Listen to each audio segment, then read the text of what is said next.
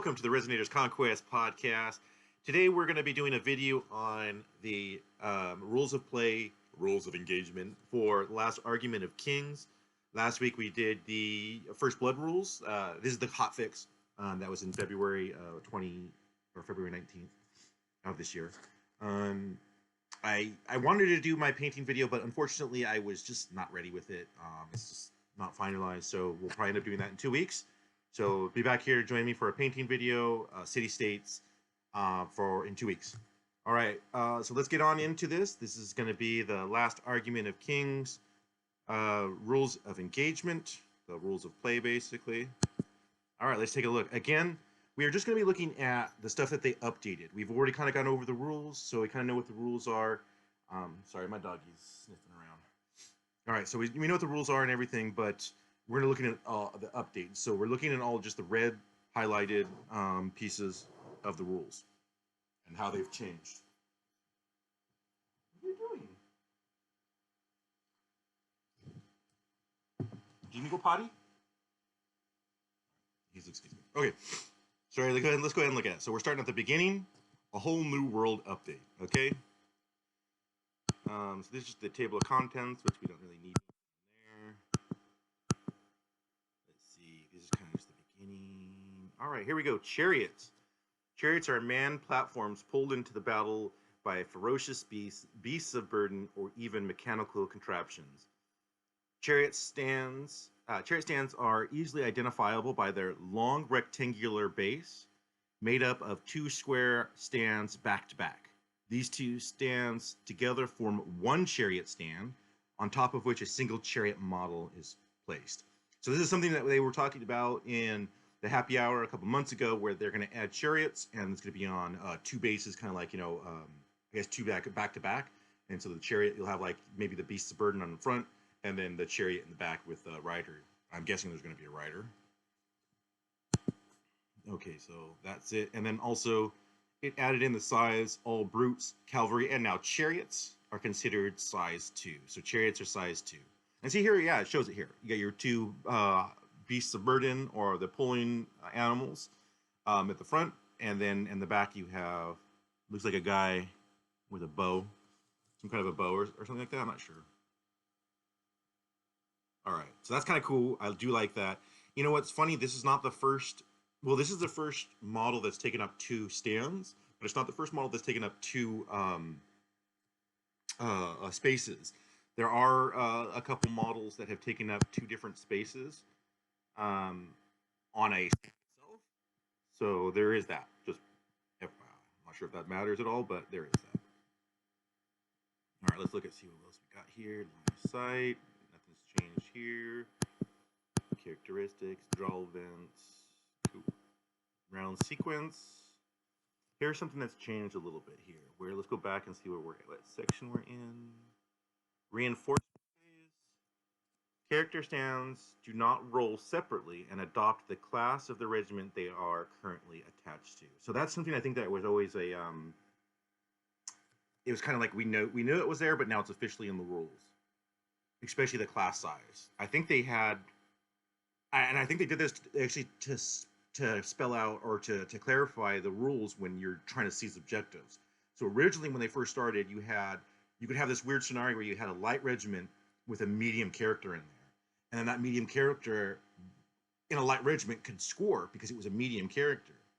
And so that kind of, I think they took it away for that reason, because it doesn't make any sense that a light regiment with a medium character could score anything.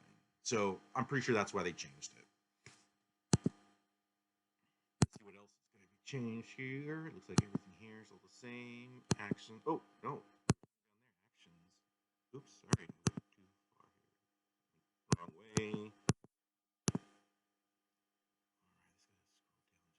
right, let's go scroll down just a little bit. Oops.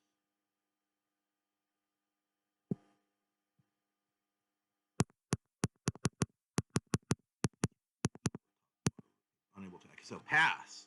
Now this is something that was not an action before. Pass.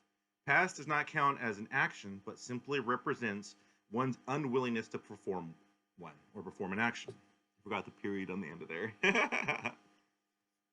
Little things, man. Where's your editors? Where's your editors, guys? Okay. let's move on. I think that was always a rule too. People like when they I don't want to do anything. I think it was assumed that they could, but now it's official.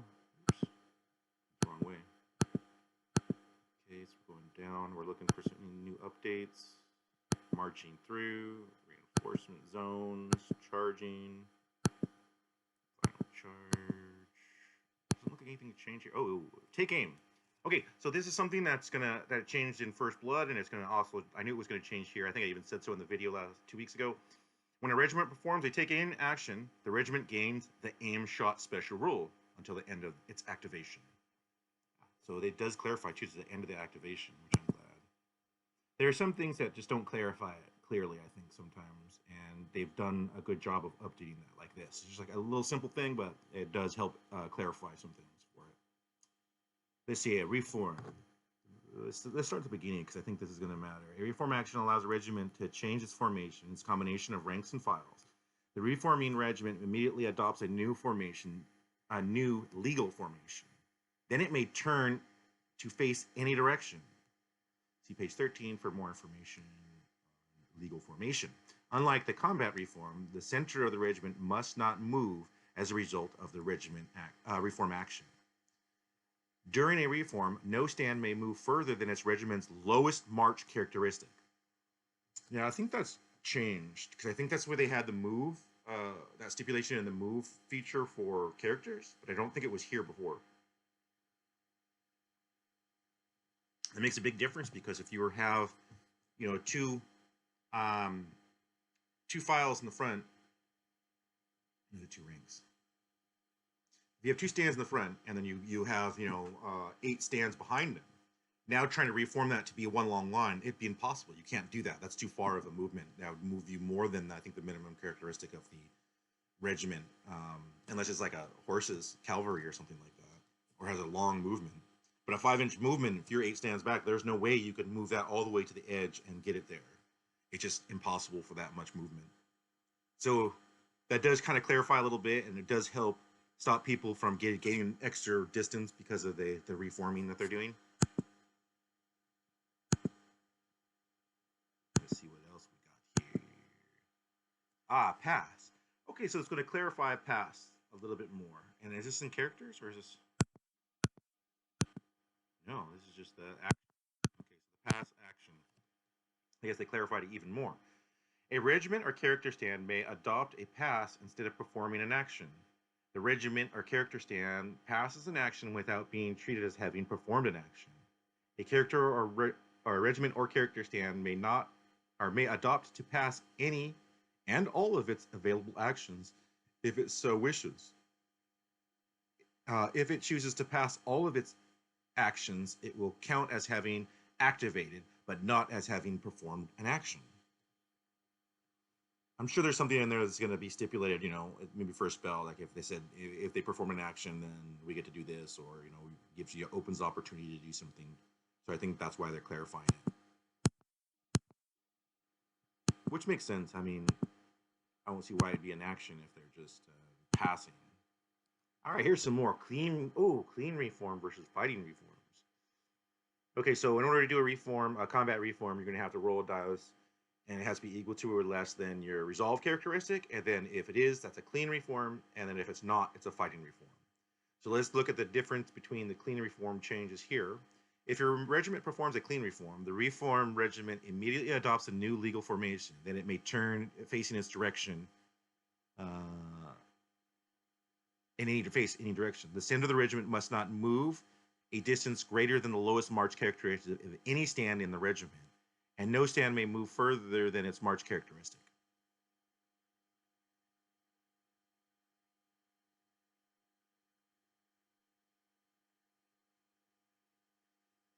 That doesn't make any sense why they clarify that twice. So let's see this. The center of the regiment must not move a distance greater than, okay, never mind. They're saying the lowest. Okay, and then no stand can move more than their distance. Finally, the reforming regiment may not find itself in a different facing of an engaged regiment than the one it is being performed. Finally, the reforming regiment may not find itself in a different facing of the engaged regiment than the one it has than it the one it was before performing the reform.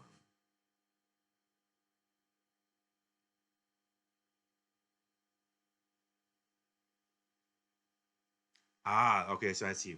So it's saying like if you're doing the reforming and your opponent and you're on your opponent's flank, you cannot like or well, let's say this is not start over.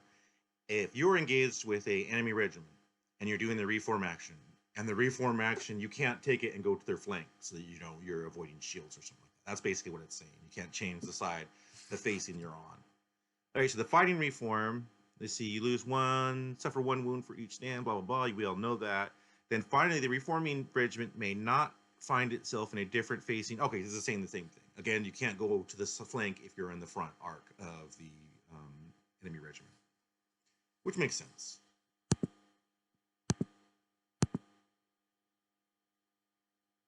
Here's the pass. The pass is actually a combat and a non-combat action, so they put it here too, just to clarify. And it's saying all the same things, just that it's, you know, they can pass and they're not considered of taking an action. They're just passing their turn and ending their activation, or passing their activation action, one or two actions, and ending their activation. Okay, see, wounds, heals look the same. Testing morale.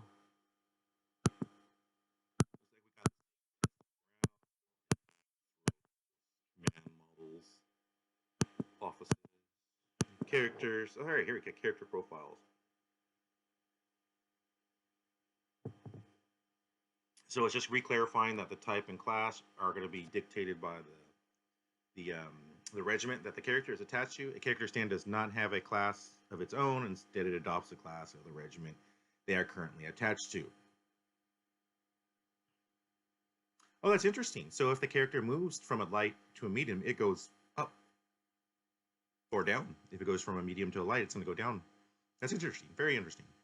Character stands cannot join regiments of a different type than their own. A character stand counts as having a class of the regiment they are currently attached to. And so that would be like in infantry. Infantry can't join brutes and cavalry and that kind of stuff. So that's all kind of normal still. Character stand positions. Okay. Since this is actually halfway through the sentence, let's start at the beginning. A character stand is always placed in the front rank of the regiment. So it's always in the front. We always know that. A regiment joined by a character stand can adopt any legal formation, so long as the character stand is always in the center and next to the regiment's command stand. In the case of brutes or cavalry, the character stand should be next to the stand next to the stand the regiment's leader is in. So leader, character, leader, whatever. They're always got to be next to each other in the front rank. Now this is a little weird scenario. So you have, I saw this the other day, a couple playing against City States players, one City States player, and he's been adding the Minotaurs as his, you know, auxiliary stand that he can add to his unit there. And that also says that it has to be in the front rank and as closest to the middle as possible. So now with City States, you have three stands that are looking to try to be at the beginning or at the front rank and in the most in the middle. So if unless you have four stands, that's your front rank is your leader, your character, and the auxiliary if you have them. You know, you're playing City States. And sorry, a little update came up to my computer. It needs to update and it wants to do it now, which I'm not letting it. So let's move on. So that's character stand positions. Ooh, here we go. Get some more stuff here. Character stands and attached regiments. Let's go down a little bit so we can see all the notes here. Okay, once a character stand activates, its activation is completed. You may choose to immediately draw your next command card and reveal it. If the command card belongs to the regiment this character stand is currently attached to, the regiment has not activated this round, you immediately activate it. If not, return the command card to the top of your command stack and play passes to your opponent. Let me finish reading this all here. Monster regiments cannot be activated in this way. These additional activations may not result in any further drawing of command cards from the command stack. If a rule would normally allow you to do so, ignore the rule entirely. It is entirely possible that a character stand may activate without necessarily also activating the regiment they are currently attached to. And this is, in fact, allows players to fine-tune their activation timing and give them the edge throughout the battle. Note, it is often beneficial during play to activate a character stand only to interfere with your opponent's plan and stagger your activations. Yeah, that's inconsequential. Okay, so basically, what this is saying, if you didn't understand it, it's a choice of whether you want to do this. It's a choice of the way you create your command stack. If you want a character to buff a unit in that regiment, and the regiment to activate right away, this is how you do it. You'd activate the character, give the buff to the regiment, and then you draw the next card, which is the a regiment that's attached to that character, and they get to go activate and use that buff. So it's not so that there's no time turn in between your character and your regiment activating that you can lose that advantage of having, let's just say you had an extra charge distance, right? Or it gave you more impact attacks, or gave you brutal impact instead of just no normal impact attacks. And you did your character, you activate your character, then you give this bonus to the cavalry unit regiment, and then they get charged, and now it's pointless. So I really like this rule. As soon as I saw it, I have to admit I've seen this before because I had to look it up because I heard something about this and I had to look it up and see if it was real, and I did find it, and I thought this is a really cool rule, a really good addition, and it makes your command stack a lot more important. And you have to think about it a little bit more because, again, you want to activate your character, buff your regiment, and then use your regiment right away in certain circumstances. All right, so unique character actions. They updated some of the dual character action. So let's go ahead and look at what is changed. Your opponent can now elect to accept or decline the duel. If they decline, this enemy character stand regiment suffers the following until the end of the round. The stands in the regiment cannot seize objectives zones, even if the rule would normally allow them to. The regiment uses the lowest resolve characteristic in the regiment, cannot benefit from inspiration, reroll successful resolve tests of 1. The character stand cannot decline another duel until the end of the round.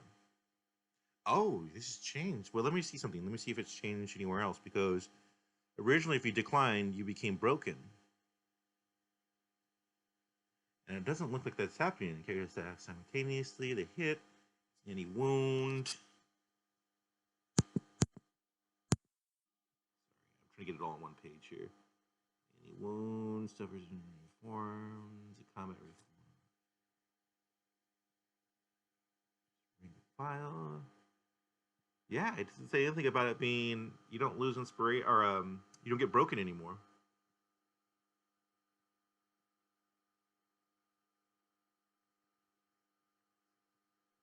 Yeah, just reading it really quickly. It doesn't say anything about it being broken, but there's still a lot of effects that happen if you decline a duel for the rest of that round.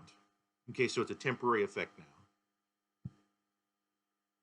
I felt like it kind of was a temporary effect before because you can always just rally, so it wasn't like anything permanent about it. Okay, spells. This has changed. Okay, so this is actually cool here. A regiment or character stand cannot be targeted by the same spell more than once per round. Spells that cause hits are the exception to this rule. So that's great. So like you can still do a fire dart multiple times if you could have the ability to do it. Or in like my case, no, actually I don't know why. Oh yeah, in my case, last week I was playing Old Dominion. I had 2 Archimandrites, and both the Archimandrites could do Unholy Baptism, which is a to hit a spell, or a hit causing spell. And I had 2 of them, so technically I could have done this. I could have hit a regiment twice with that spell, 1 from each one, because the rules also say you can't use the same spell over again. Almost everything I've read in at least my Old Dominion, there's no way I can do the same spell twice so far. But I can, do it twice if I have two different, our command drives, because each one can do it once. So that's great.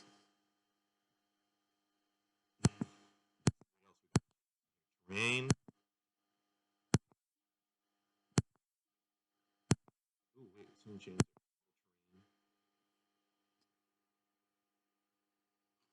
So it's talking about broken ground here. On a roll of 6, the regiment suffers 1 wound. Cavalry and chariots will suffer 2 for each roll of the 6. So it's kind of adding in chariots and cavalry in there, doing more damage here, it looks like. Yeah, geez, why isn't all thing there? There we go. Sorry about that. Dangerous terrain. So again, it's talking about the cavalry and now chariots also get double the wounds. Perilous terrain, we're doing the same thing. That gives 2 wounds instead of 1.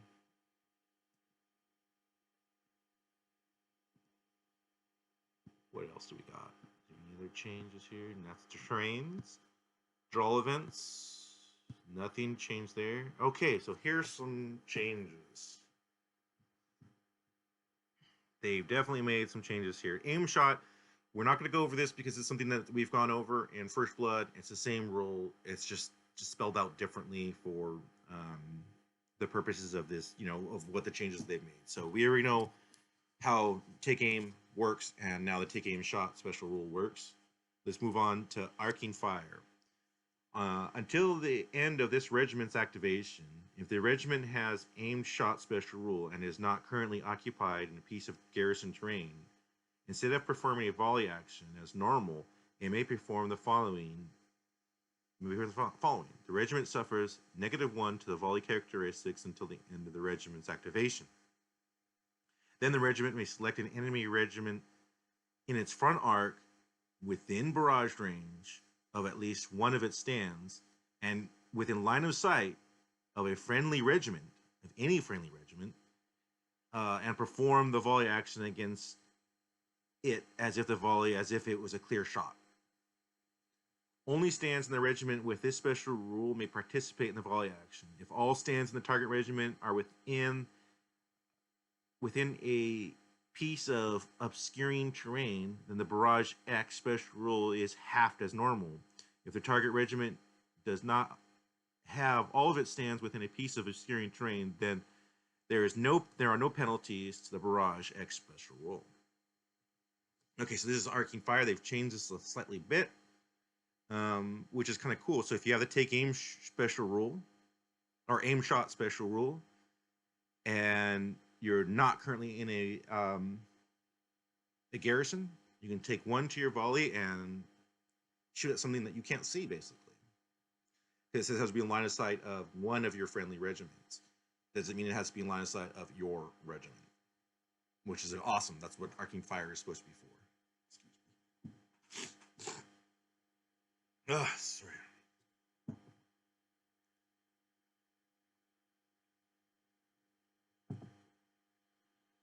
All right, so it looks like Order of Death has changed as well.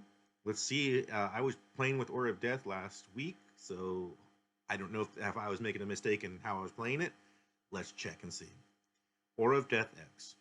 When an enemy regiment activates and it is in contact with a stand with this special rule, that regiment suffers a number of hits equal to X for each stand with this special rule that it is in contact with. Wounds resulting from these hits do not trigger morale tests. These hits are resolved at the beginning of the draw command card step after the active player has declared which regiment the command card will activate before resolving any draw events or deciding to be unable or unwilling to act. This special rule does not trigger the draw command card step of the character stand's activation. When the regiment, should the regiment be destroyed by the special rule before the resolve draw event step, then the active player discards the command card and may draw their next command card and perform actions with it. Regiments occupying garrison terrains are not affected by Order of Death and special rule. Similarly, the regiment occupying garrison terrain does not inflict or of runes hits to enemy regiments engaged with it. And it looks like, one second, yeah, in between here in the third paragraph, on the second paragraph, they forgot the space after resolve, draw, event, and the parentheses and step. Little things, man. Editor, where's your editor? All right, so it doesn't seem like it's really changed at all. I knew these rules. I'm not sure why it's been clarified, but this is how I've been playing Aura of Death from the beginning. So it's all good. Bloodlust. Okay, this is one that's always been fun. It's kind of like the Obliterators had this in 40K. I thought it was always funny. They would attack themselves or just destroy themselves or do something. So we'll see how this changed here. A regiment with this special rule may perform a charge action even in the round in which it arrives on the battlefield from reinforcements, or even if it is currently broken. What? I like that. I'm gonna start having to give Bloodlust, being able to do a charge from reinforcements. That has been something that's been absolutely infuriating for me. When you have, heavy units that are like cavalry, and they're coming on the battlefield, and they got 7-inch movements or 8-inch movements. They're coming on the battlefield, and they can't charge somebody that's like 8 inches of the table edge. That doesn't make any sense. That's just I think it's a bad rule, but whatever. When a regiment with this special rule is currently on the battlefield and takes an action, if the regiment is not in contact with the enemy regiment, roll a d6. If the result is less or equal to the highest resolve characteristics in the regiment, you may perform an action as normal. This rule is not affected by special rules that allow you to automatically pass a resolve-related roll like Indomitable. If the result is higher, you must perform a charge action against the closest enemy regiment in line of sight and within the regiment's maximum charge distance. If there is no eligible target to charge, you must perform a march action directly towards the closest enemy regiment in line of sight. If there is no enemy regiment in line of sight, you must perform a march action directly towards the opponent's reinforcement zone, which is, across the table. A regiment must always march its maximum march distance when forced to move as a result of this special rule. So this again, you have to determine if they're gonna either just bloodlust, running, raging into the enemy, or if they're gonna be able to do the actions you want them to do. A bodyguard. When a character stand is currently attached to a regiment with this special rule, the character does not suffer the usual negative effects of refusing a duel. Oh, that's kind of funny. Bravery. Stands in this regiment, including character stands, ignore the fearsome or terrifying X special rule. In addition, at the start of the regiment's activation, after resolving any draw events, but before performing its first action, remove the broken status from the regiment. So that's cool. Bravery will automatically get rid of broken. Cool. That's actually a little bit better. I don't think it did that before. Counterattack. During an enemy regiment's class action performed against this regiment, each unmodified roll of a 1 causes 1 hit to the active enemy regiment. These hits do not benefit from any other special rules that affect clash actions. Character stands with this special rule involved in a duel inflict 1 hit to the enemy regiment for each unmodified defense roll of 1. These hits do not benefit from any special rules that affect dual action. So I always liked this one. I thought this was a fun one because it's like a counterattack, right? So you're getting attacked, they roll 1s, it's basically a hit back to them. You got your fight back. I liked it. Ooh, a whole bunch of these. So we got fly now. A regiment containing only stands with this special rule can march and charge over other regiments, regardless of whether or not they are engaged, as well as impassable and garrison terrain, providing the regiment does not end its activation overlapping any regiment or impassable terrain. Cool. So they just kind of go over stuff. Kind of what we all assumed what flying was doing. I would think we're all gamers. We all play games. We play games with flying, which is pretty much what it always does. Harden X. When the regiment makes a defense roll, reduce any cleave X, brutal X, impact X, or armor piercing X special rules by the Harden X when resolving the defense rules. Character stands do not benefit from the special rule during a duel unless they have this special rule. Oh, so the character has to have Harden, not just the regiment. Impact X. This is where we're doing the impact attacks. Yeah, this is kind of, I don't know why it's different. This is the way it's been for a while. Indomitable. When a regiment rolls an morale test, treat one failed result as successful, or as a success. In addition, regiments including any number of stands with this special rule ignore the fearsome special rule.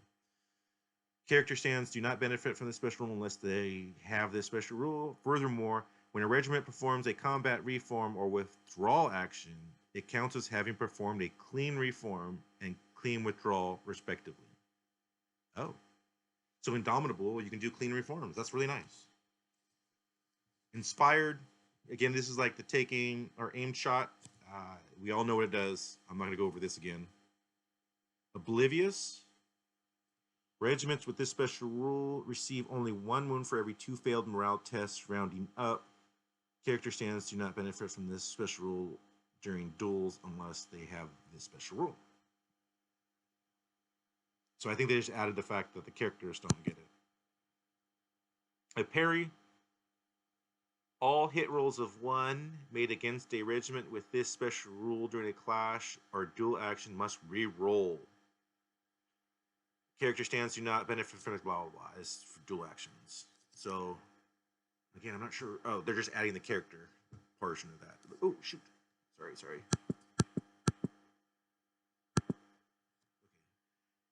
So we're looking at phalanx next. Stands in the regiment, including character stands, count as defense characteristics as 1 point higher against all hits originating from the front arc. Furthermore, stands in this regiment, including character stands, cannot benefit from inspired special rules. Oh. The regiment charged it cannot benefit from inspired special rule. Wow. That's even worse than the Old Dominion. Old Dominion can't take the inspired action, but this, they just can't be inspired, even if it looks like they charge, it looks like. Cannot benefit from inspired special regiment. Charge distance is always march value plus 3 inches, and cannot occupy garrison terrain. Character stands in this regiment do not benefit. Yeah.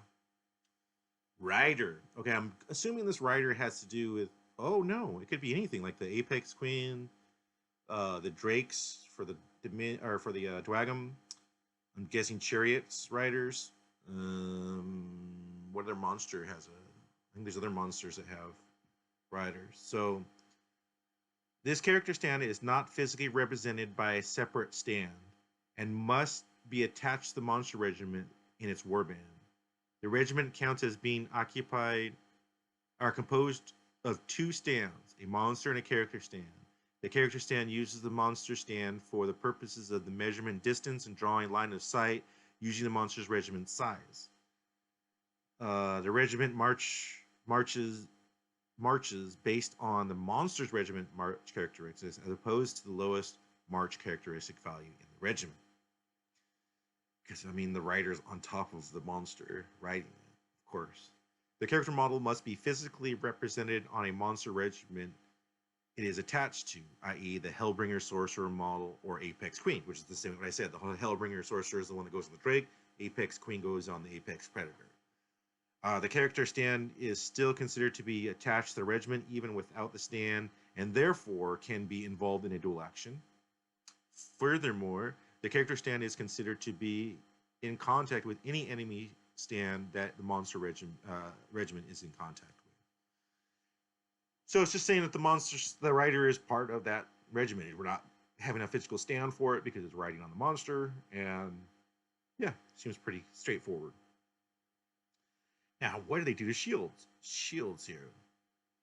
Stands in the regiment, including character stands, count as defense characteristics 1 point higher against all hits originating from the regiment's front arc. Character stands do not benefit from the special rule unless they have the special rule. A regiment cannot make use of this special rule when occupying gear. Oh, so that's where they've changed it. Everything's been the same except for adding the characters can't use it unless they have it, which is kind of like they put it on almost everything. It looks like here, but it never said this before where shields cannot be used in a garrison. At least I don't remember it being there. So that's kind of an update. That's shields are not good in a garrison. So if a garrison is just giving you a +1 to your defense, is it really worth it? I guess it is if you're getting shot, or you're getting hit from the side or back. Shock. When a regiment performs a successful charge, stands in the regiment with a special rule add 1 to their clash characteristic until the end of the round. Ooh, that's nasty.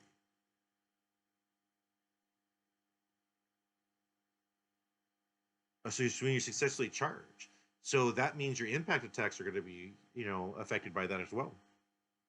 That's good to know because I think I have shock on my Cataphracti, which I didn't get a chance to use. I was charged last week. They were charged into, so I didn't get to charge anyone. So I'm glad that didn't happen because I would have messed this rule up. Tenacious. Whenever this regiment makes a defense roll, treat one failed die roll as a success. Character stands do not benefit from blah blah blah. So that's kind of cool. That's a little bit different than it was before. No, that's the same. I think they should add the character stand piece of it, for a dual action. Trample. This is new.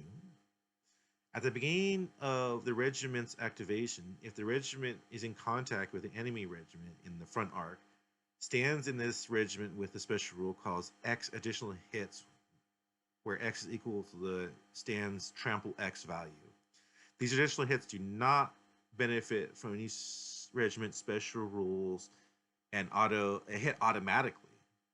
The special rule does not trigger at the end of the This special rule does not trigger at the end of the character stand's activation.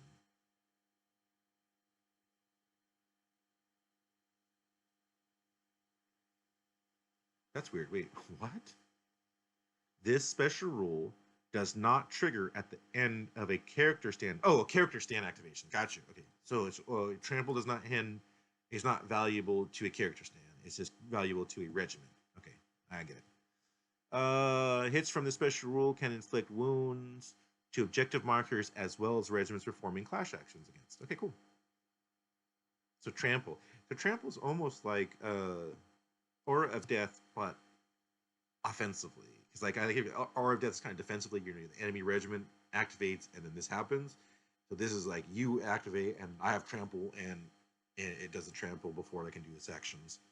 Cool. Untouchable. The regiment, this regiment rerolls failed defense rolls of 6. Character stands do not count for this. So, yeah, rerolling 6s. Unyielding. Enemy regiments cannot seize an objective that stands in the regiment. Enemy regiments cannot seize objective zones that stands in this regiment are in range of. The special rule is not active if the regiment is currently broken. So it's unyielding. So basically, it's just saying if I'm in a zone, the enemy can't. It says it can't seize it. It doesn't say it can't contest it. So it still contests, just can't seize it. That's interesting. Weapon platform. Stands in this regiment count their flank arc as their front arc for the purpose of determining line of sight and checking for obstructing when performing a volley action. Oh, that's cool. So a platform, when shooting, it can actually go the full range. It just can't do its back arc. Ah, that's cool. Now I can't wait to see a weapon platform. So I'm wondering if that's a chariot. I wonder if a chariot's considered like the beast of burden and then a weapons platform. It might say that on there. We'll see. I haven't even looked at the profile of a chariot, so it's very possible. Seizing territory. Looks like they changed some stuff here.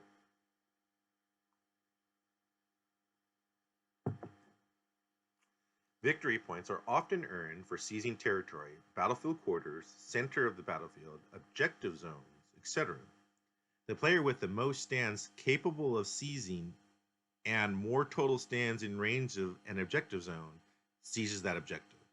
I'm glad they kind of said this because I think they kind of had a very muddled version of this in the past. It was not super clear like this is so far. Light stands count as 0 for purposes of seizing territory. They do count, however, towards a total number of stands in range of the objective zone. So that's like contesting. I think they took away that word contesting. It looks like almost. So you objectives. If this rule would make a light, if a rule would make a light count as X additional stands towards seizing objectives, and the stand will be able to count towards that number of stands capable of seizing. So, yeah. There are different special rules that to give different regiments more act as more stands when they're in. Like my Legionnaire, they count as I think 2 stands per one. They have a special rule for it. I think it's a memory of old. All right, medium and heavy stands count as 1 stand for purposes of seizing terrain. Monster stands count as 3 stands for the purposes of seizing terrain. Should stand lose the ability to seize objective zones, they still count towards the total number. This is what I was saying earlier. Yep, they still count toward the total as contesting, basically. Finally, when a stand is under the effect of an ability that allows it to always seize an objective zone, or a regiment counts as seizing an objective zone they are in range of, then the player is in control of their regiment counts as seizing that objective zone regardless of the other stands. Yeah. Only one player may be seizing the objective zone at any given time. Yeah, that's kind of obvious. And okay, cool. So then that was the rules for Hotfix for last argument. And that which went over just basically anything that they updated. So thank you for joining me. Again, next week we're gonna go ahead and do a painting video on some of the city states. I think they're hoplites. I could be wrong. I'm not sure, but they're gonna be city states. A couple city states models that I have. I already have a color scheme. If you've been watching my Instagram, you've probably seen some of the photos of the work I've been doing with them. So I already have a couple set aside. I've been doing some videos for them and working on them. I'm just gonna, finish that up, edit it, and then have it out to you in 2 weeks. So again, thank you for joining me. This is the Resinator Conquest podcast, and this was a look at the hotfix rules for Last Argument of King that came out February 19th, 2024. All right, see you next time.